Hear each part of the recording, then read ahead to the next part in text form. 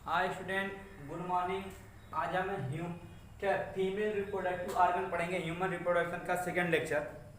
ठीक है, तो यार क्या है फीमेल रिप्रोडक्टिव ऑर्गन इंक्लूड, क्या है female reproductive organ include ovary, fallopian tube, uterus and vagina, vagina and क्या एक्सटर्नल जेनिटल ऑर्गन उल्वा। क्या ये जो कहने मतलब क्या, जो फीमेल का रिप्रोडक्टिव ऑर्गन होता है उसमें अंडाशय आता है, अंडवाहिनी आती है, गर्भाशय आता है, यौन आता है और उसके बाद क्या आता है उल्वा या भग होता है, जिसको हम बोलते हैं बाहरी अंग बोलते हैं फीमेल का। ठीक है, तो आज हम क्या करें, इसके अलावा एक एक्सेसरी रिप्रोडक्टिव ग्लैंड पाई जाती है, सहायक जनन ग्रंथि पाई जाती है, जिसको हम क्या बोलते हैं मेमरी ग्लैंड। जो मेमरी ग्लैंड होती है वो फीमेल का क्या करती है, डेवलपमेंट कराती है। ठीक है, डेवलपमेंट के लिए रिस्पॉन्सिबल होती है, ठीक है, विकास के लिए। दूसरा चीज क्या होता है कि सबसे मेन पॉइंट क्या होता है कि ये इन्फेंट को फीडिंग कराती हैं। मतलब क्या है कि ये बच्चे नवजात शिशु को दूध पिलाने में क्या करते हैं, दूध पिलाने में मदद करती है। यार अगर सबसे पहले हम क्या करेंगे, इसमें पढ़ेंगे फीमेल रिप्रोडक्शन में ओवरी। ओवरी क्या या one pair primary sex organ located in the lower abdominal cavity. यार क्या यह एक जोड़ी प्राइमरी सेक्स ऑर्गन होती है जो हमारे उदर गुहा के निचले वाले भाग में पाई जाती है। यूट्रस, यार क्या ओवरी यूट्रस से लिगामेंट स्नायु के द्वारा जुड़ा होता है, जबकि ओवरी पेल्विक वॉल से क्या होता है मीजो ओवेरियम के द्वारा जुड़ा होता है। किससे जुड़ा होता है, मीजो ओवेरियम के। ओवरी में जर्मिनल एपिथेलियम की कोशिकाएं पाई जाती है और जो जर्मिनल एपिथेलियम की कोशिकाएं होती हैं वो गैमेटोजेनेसिस प्रोसेस के द्वारा, मतलब क्या जनन प्रक्रिया के द्वारा क्या करती हैं, फीमेल गैमीट ओवा या एग सेल अर्थात अंड कोशिका क्या क्या करती हैं, निर्माण करती हैं। ठीक है, ये उसके बाद हमारा जो दूसरा पार्ट होता है फीमेल रिप्रोडक्टिव ऑर्गन का वो होता फैलोपियन ट्यूब, अंडवाहिनी। अंडवाहिनी में सबसे पहले किसकी बात करेंगे, इन्फेंट।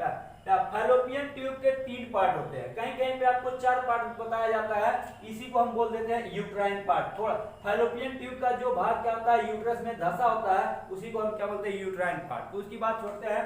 तो यार तो इन फैलोपियन ट्यूब के कितने पार्ट, 3। पहला इनफंडिबुलम, दूसरा एम्बुलम, तीसरा क्या होता है स्टमस। यार ठीक है, तो इनफंडिबुलम क्या होता है, it is fimbriate like structure which is centrally perforated, named as ostia। यार क्या इनफंडिबुलम एक झालर नुमा संरचना होती है जिसके केंद्र में क्या होता है एक छिद्र होता है, ठीक है, जिससे क्या होता है ओवरी से जो निकलने वाला फीमेल गैमीट एग सेल है वो इसी छिद्र के द्वारा कहा आता है अंडवाहिनी फैलोपियन ट्यूब में आता है। ठीक है, ये चीज होता है। आगे बात करेंगे एम्पुला। यार क्या it is most swollen part of fallopian tube. यह अंडवाहिनी का सबसे चौड़ा खुला हुआ क्या होता है भाग होता है। यार क्या ampulla is a probable site for fertilisation. मतलब क्या है निषेचन के लिए जो सबसे बढ़िया स्थान होता है वो कौन होता है, एम्पुला। क्या होता है, एम्पुला। यार क्या यदि इधर से स्पर्म और इधर से फीमेल गैमीट एग सेल अगर एम्पुला वाले भाग में आपस में मिलते हैं तो निषेचन के फर्टिलाइजेशन के चांसेस संभावनाएं क्या होती हैं, बढ़ जाती हैं। ठीक है, ये लेकिन अगर वो पूछ ले कि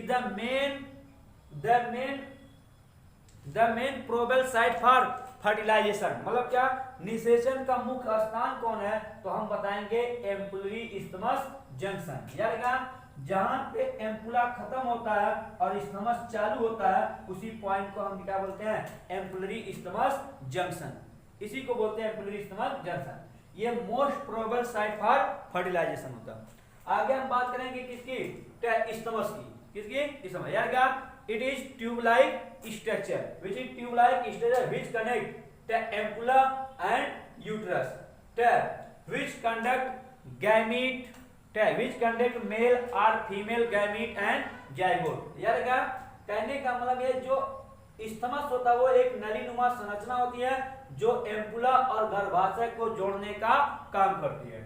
इसका जो मुख्य कार्य होता है वो नर और मादा युग्मक और जाइगोट मतलब युग्मनज का क्या करना होता है, संवहन करना होता है, मतलब एक स्थान से दूसरे स्थान को ले जाना होता है। अब आगे बात हम करेंगे क्या है, अगला बात पॉइंट क्या है यहाँ पे, यूट्रस की वाल। क्या होता है यूट्रस की वाल? तो सबसे पहले यूट्रस की बात करें, क्या होता है uterus? It is opposite peer shape like structure, मतलब क्या, ये उल्टा नाशपाती के आकार की क्या होती है, संरचना होती है। And its position is anti flex position, मतलब क्या, ये एंटी फ्लेक्स क्या होता है स्थिति में पाया जाता है। कहने का मतलब क्या है कि देखिए ये फीमेल का यूरिनरी ब्लैडर मूत्राशय जिसमें यूरिन कलेक्ट होता है, और ये इसके जस्ट पीछे क्या होता है, इसका यूट्रस होता है जिसको हम क्या बोलते हैं, गर्भाशय। ये जो गर्भाशय है, या गर्भाशय का यूट्रस का जो मेन पार्ट होता है ऊपर वाला, ये थोड़ा सा इसके ऊपर क्या होता है, थोड़ा सा बेंड होता है, इसी को हम क्या बोलते हैं, एंटी फ्लैग पोजीशन। हल्का सा झुका हुआ पाया जाता है यूट्रस यूरिनरी ब्लैडर मतलब मूत्राशय के ऊपर।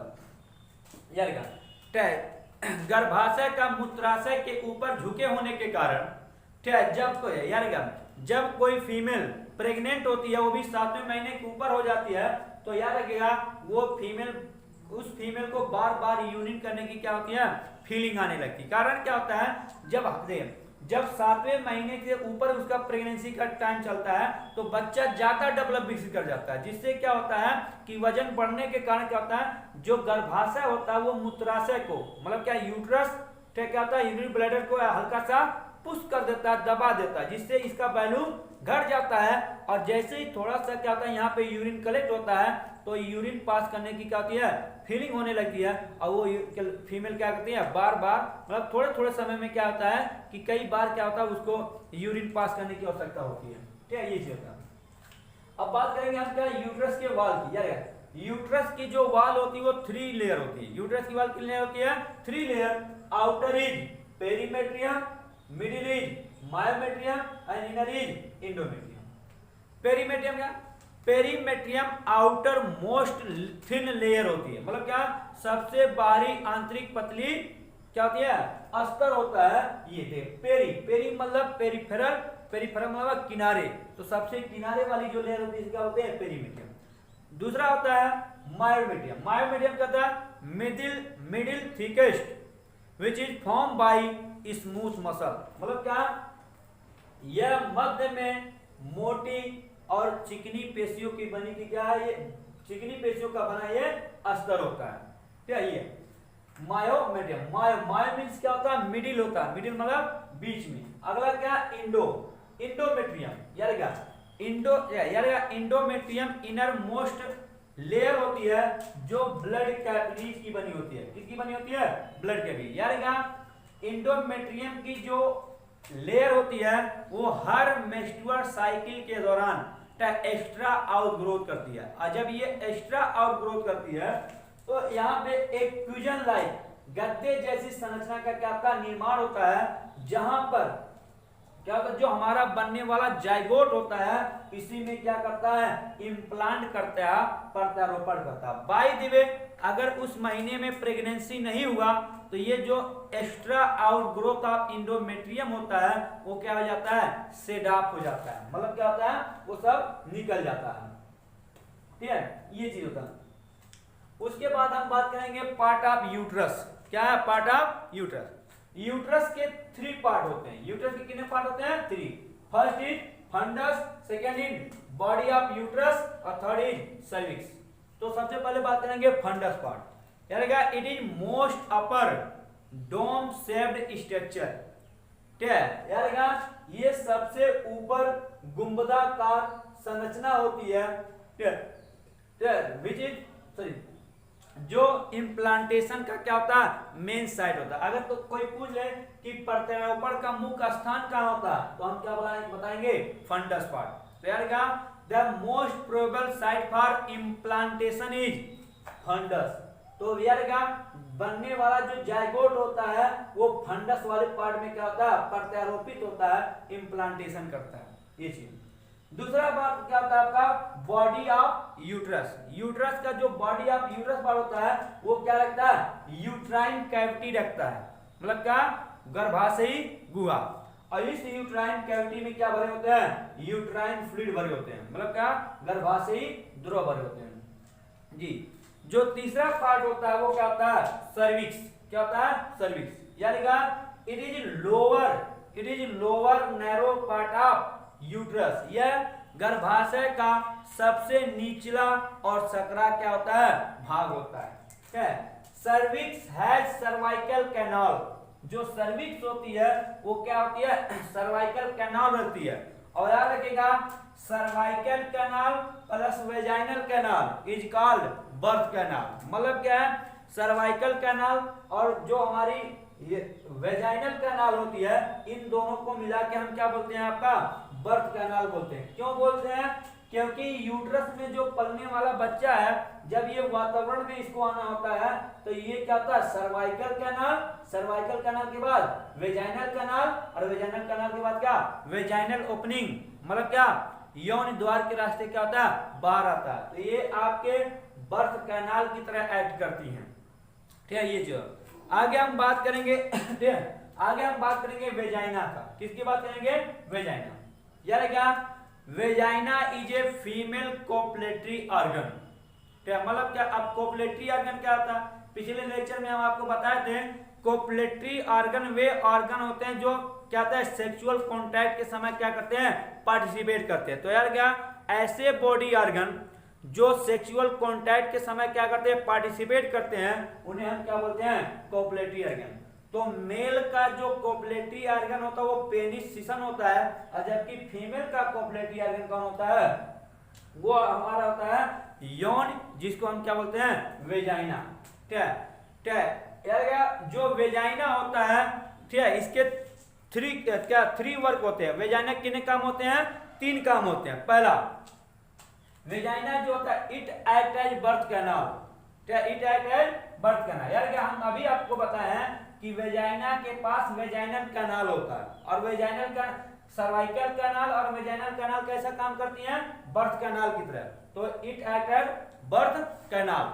ठीक है, दूसरा चीज का, it receive semen during insemination. कहने का मतलब क्या है, जब कोई पुरुष किसी फीमेल के साथ सेक्सुअल कांटेक्ट बनाता है तो अपने सीमेन को, वीर्य को इसी वेजाइना में क्या करता है, इनसेमिनेशन प्रक्रिया के द्वारा क्या करता है, स्खलित कर देता है, मतलब क्या, इजैकुलेट कर देता है। तो ये दूसरा इसका काम हो गया।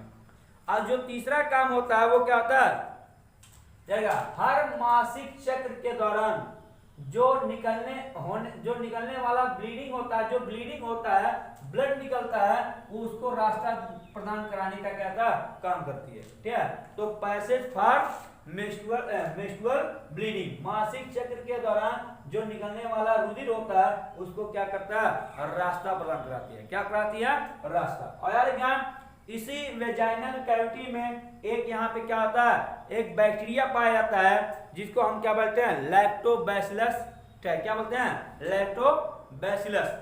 लैक्टोबैसिलस और क्या होता है, ल्यूकोनास्टाक नामक बैक्टीरिया होते हैं जो यहाँ पे जो फीमेल के वेजाइना में क्या करते हैं, एसिड का सेक्रीशन करते रहते हैं। यार क्या, तो एसिड का सेक्रीशन करने के कारण जो वेजाइनल कैविटी होती है वो एसिडिक नेचर की होती है। और एसिडिक नेचर होने के नाते क्या होता है, कोई भी जर्म, मतलब क्या, बैक्टीरिया, वायरस या फंगाई इस पे अपना ग्रोथ, मतलब वृद्धि नहीं कर पाता। तो इसका मतलब ये जो बैक्टीरिया होते हैं ये फीमेल के लिए यूजफुल होते हैं ताकि कोई इन्फेक्शन ना हो, ये चीज होता है आपका।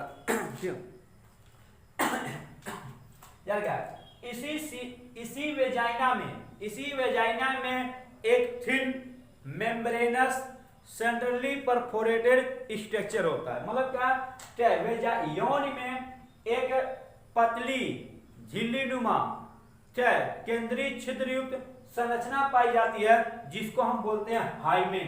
क्या बोलते हैं, हाइमेन। यार हाइमेन को हम जो हाइमेन होता है इसको हम क्या कर, इससे हाइमेन से हम फीमेल की वर्जिनिटी चेक करते हैं। ठीक है, ये ओरिजिन है तो फीमेल की जो ओरिजिनिटी होती है वो किससे चेक की जाती है, हाइमेन से। कैसे, यदि कोई फीमेल अपने यदि कोई फीमेल अपने जीवन में कभी सेक्सुअल कांटेक्ट नहीं बनाई है तो उसकी जो ये हाइमेन झिल्ली होती है वो सेफ होती है, ठीक है। और यार लेकिन अगर वो फीमेल अपने लाइफ में सेक्सुअल कांटेक्ट बनाती है तो ये हाइमेन क्या होता है, ब्रेक कर जाता है, टूट जाता है, ठीक है। ये जगह जब कोई female first time sexual contact बनाती है तो ये छिद्र मतलब होल इतना नैरो पतला होता है कि जब मेल सेक्सुअल कांटेक्ट बनाता है तो उसका जो पेनिस होता है उसके वेजाइना वाले भाग में इंटर कर ही नहीं पाता है। इसी नाते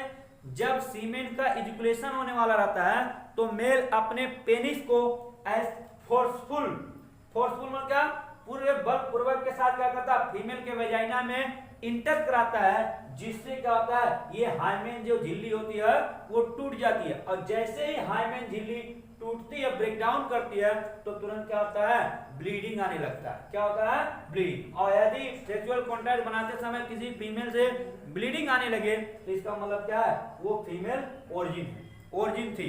ये चीज होता याद है। तो ये हो गया हमारा वेजाइना। क्या हो गया आपका, वेजाइना। तो ये हो गया फीमेल का इंटरनल जेनिटल ऑर्गन, ठीक है। आगे अगले टर्म में हम पढ़ेंगे फीमेल का एक्सटर्नल जेनिटल ऑर्गन, जिसको हम क्या बोलते हैं, टुलवा या बग। आज के लेक्चर में बस इतना ही। अगर किसी को डाउट हो तो वो कमेंट करके पूछ सकता है।